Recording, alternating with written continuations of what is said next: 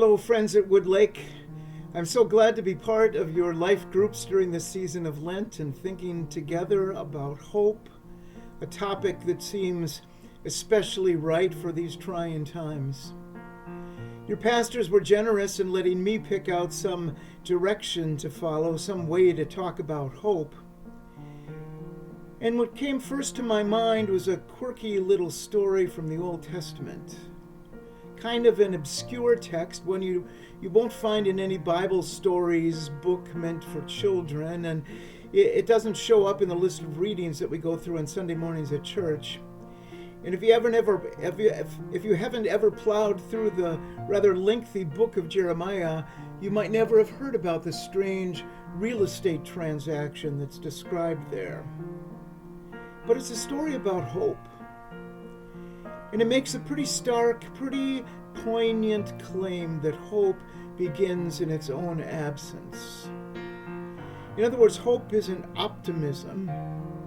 Hope isn't that rush of feeling you sometimes get that tells you this time things will be all right. This time you're going to make it. This time is the charm.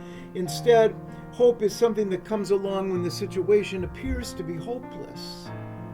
Hope begins when you're at a dead end. Hope starts with a cup that's not half full but looks to be pretty empty.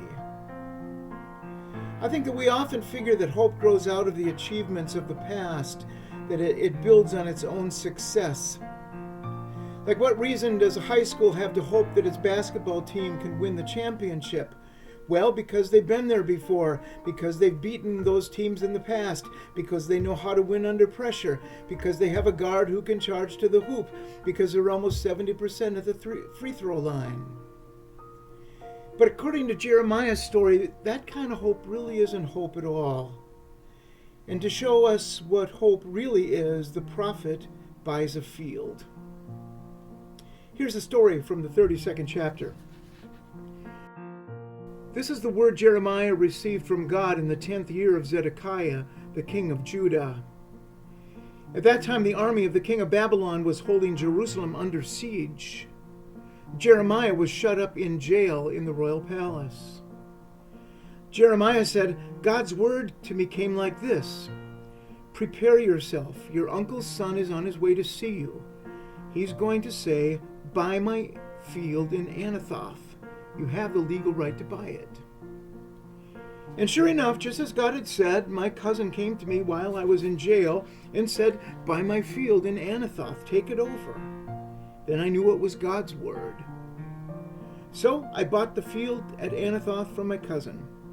I paid him 17 silver shekels. I followed all the proper procedures. In the presence of witnesses, I wrote out the bill of sale and sealed it and weighed out the money on the scales. All this took place in the presence of my cousin and the witnesses who had signed the deed.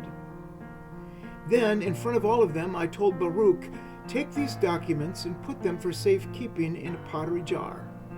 For the God of Israel says, life is going to return to normal. Homes and fields and vineyards are again going to be bought in this country. And why did Jeremiah's cousin want to unload this particular piece of real estate? Same story as always. Location, location, location.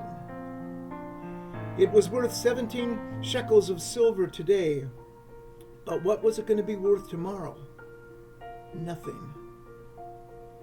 At face value, this is one terrible deal for Jeremiah. From a business point of view, it was a disaster. And why? Because the Babylonians were at the door. The smell of their past victories was in the air. Defeat with a capital D was spelled out in the mind of the most determined optimist.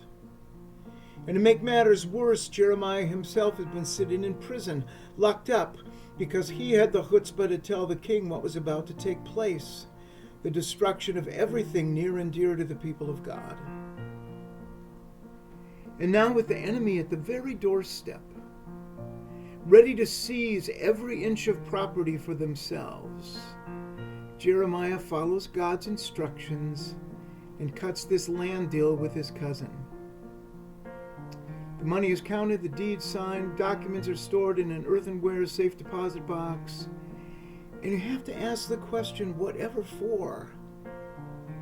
As soon as the enemy comes over the wall, his newly purchased property will belong to them. So is the old prophet out of his mind, or is something else going on here? Jeremiah bought his field with no evidence in sight that anything would ever come of it.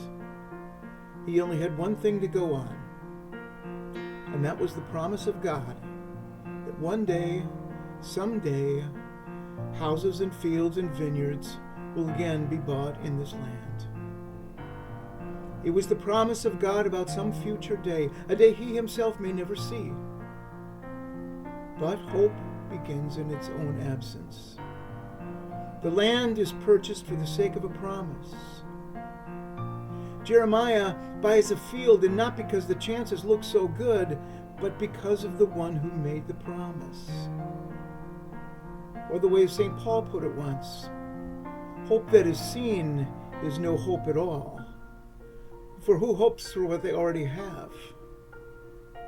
But if we hope for what we do not yet have, we will wait for it patiently.